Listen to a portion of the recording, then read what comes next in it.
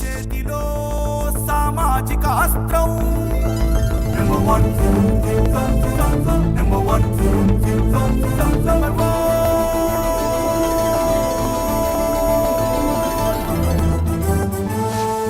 Number one.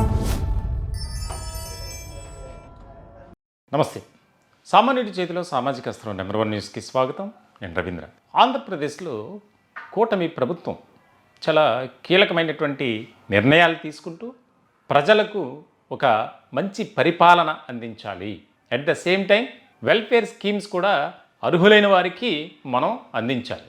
ఏదైతే ఎన్నికలకు ముందు ప్రజలకు ఇచ్చినటువంటి హామీలు కానీ వాగ్దానాలు కానీ ప్రధానంగా మేనిఫెస్టోలో అనేక అంశాలు ఉన్నాయి. మేము ఇలా చేస్తాం కాబట్టి మాకు ఓటు వేయండి అని ప్రజలు అదేవిధంగా అధికారాన్ని అప్పగించారు. కానీ కొంతమంది అధికారుల తీరు వల్ల కూటమిలోని పెద్దలకు, ముఖ్యంగా ప్రభుత్వంలోని పెద్దలకు చెడ్డ పేరు వస్తుంది.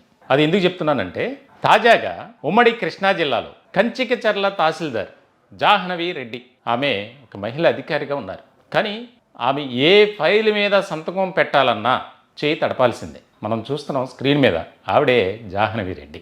ఒక కౌలు రైతు కోటేశ్వరరావు అనే వ్యక్తి పట్టాదారు పాస్ పుస్తకం కోసం దాదాపుగా తిరిగి అమ్మా నాకు పట్టాదారు పాస్ పుస్తకం ఇవ్వండి అని చెప్పి వేడుకున్నటువంటి పరిస్థితుల్లో అతని దగ్గర నుంచి కూడా లంచం తీసుకోవాలి, డబ్బులు వసూలు చేయాలి అని ఒక టార్గెట్ పెట్టుకుంది ఈ మహా తల్లి మేడం.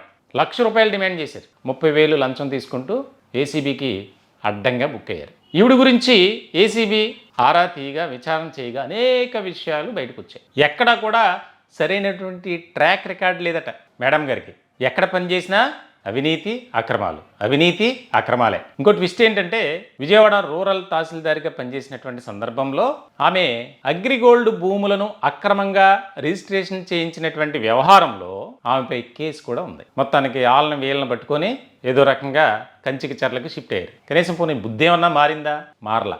అంటే ఏదో సామెతలాగా పిల్లి పాలు తాగుతూ ఎవరు చూడలేదు అనుకుంటుందట. అట్లా అవినీతికి అక్రమాలకు అలవాటు పడినటువంటి ఈ మేడం గారు ఇలా రైతుల్ని వేధించడం, రెవెన్యూ వ్యవస్థనే ఒక రకంగా ట్రాక్లో పెట్టాలి, దానికి సంబంధించి ప్రజలకు ఒక మంచి మనం సేవ చేయాలి అనే దిశగా అడుగులు వేస్తుంది కూటమి ప్రభుత్వం. కానీ మరి అధికారులు చేసేటువంటి పనులేంటి? ఇదిగో ఇలా లంచాధికారులుగా అవతారం ఎత్తడం, దానికి సంబంధించి ఎవరో ఒకరిని అసిస్టెంట్గా పెట్టుకోవడం, వసూలు కార్యక్రమానికి సేవ చేయండి అని చెప్పి ప్రభుత్వం వారికి ఉద్యోగం ఇచ్చి జీతం ఇచ్చి లక్షలు. కానీ వీరు అడ్డగోలుగా అడ్డదారులు తొక్కడం. కోటేశ్వరం అనే కౌలు రైతు వేడుకున్నాడట, అమ్మ నేను ఒక 5,000 మాత్రమే ఇవ్వగలను, నేను అబే 5,000 కుదరదు, ₹1,00,000 ఇవ్వాల్సిందే అని చెప్పి మొదటి విడతగా, అంటే ఇది ఫస్ట్ ఇన్స్టాల్మెంట్ అని చెప్పాలి ఒక రకంగా, 30,000. ఇక బాధ భరించలేక ఏసీబీని ఆశ్రయించాడు ఆ రైతు. అంటే గతంలో ఎన్నో అవినీతి ఆరోపణలు వచ్చాయి, కేసులు నమోదయ్యాయి, ఎన్నోసార్లు సస్పెన్షన్లో ఉన్నారు. అయినా సరే మనిషిలో మార్పు అనేది మాత్రం లేదు. సహజంగా ఎవరికైనా ఒక దెబ్బ తగిలితే వారి జీవితంలో కనీసం మారటానికి ఆ యొక్క ఇన్సిడెంట్ అవకాశంగా మలుచుకుంటారు.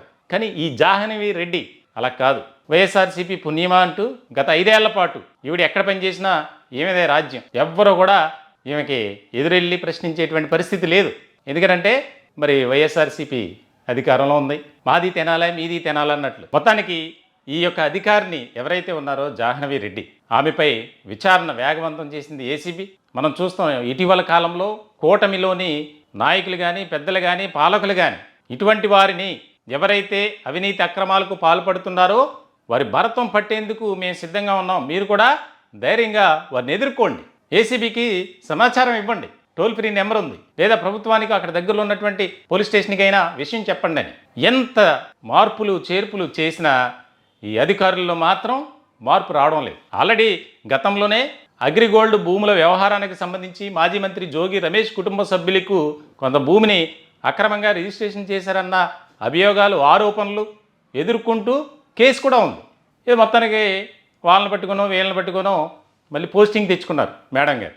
మరి ఎలా ఉండాలి? ఎటువంటి అప్రమత్తతో జాగ్రత్తతో ఉండాలి? ఆ కౌలు రైతుని పీల్చి పిప్పి చేసినట్లు అతని దగ్గర నుంచి డబ్బులు వసూలు చేయటం అనేది ఎంత దారుణమైనటువంటి పరిస్థితితో చూడండి. మొత్తానికైతే ఈ వ్యవహారంపై రాష్ట్ర ముఖ్యమంత్రి అలాగే డిప్యూటీ సీఎం పవన్ కళ్యాణ్ ఇద్దరు కూడా చాలా ఆగ్రహాన్ని వ్యక్తం చేసినట్లు కూడా తెలుస్తుంది. ఎవరైనా సరే అధికారాన్ని అడ్డు పెట్టుకుని అడ్డగోలుగా వ్యవహరించడానికి అవినీతి అక్రమాలకు పాల్పడితే మాత్రం వారిపై కఠిన చర్యలు తప్పవని హెచ్చరించారట. మొత్తానికి అధికార వర్గాల్లో ఇప్పుడు ఈ జాహ్నవీరెడ్డి ఎపిసోడ్ అనేది చర్చనీయాంశమైంది. ఈ టాపిక్పై మీ యొక్క విలువైనటువంటి అభిప్రాయాలు, సలహాలు, సూచనలు కామెంట్ రూపంలో తెలియజేయండి. దయచేసి మా ఛానల్ని సబ్స్క్రైబ్ చేసుకోండి. Thank you.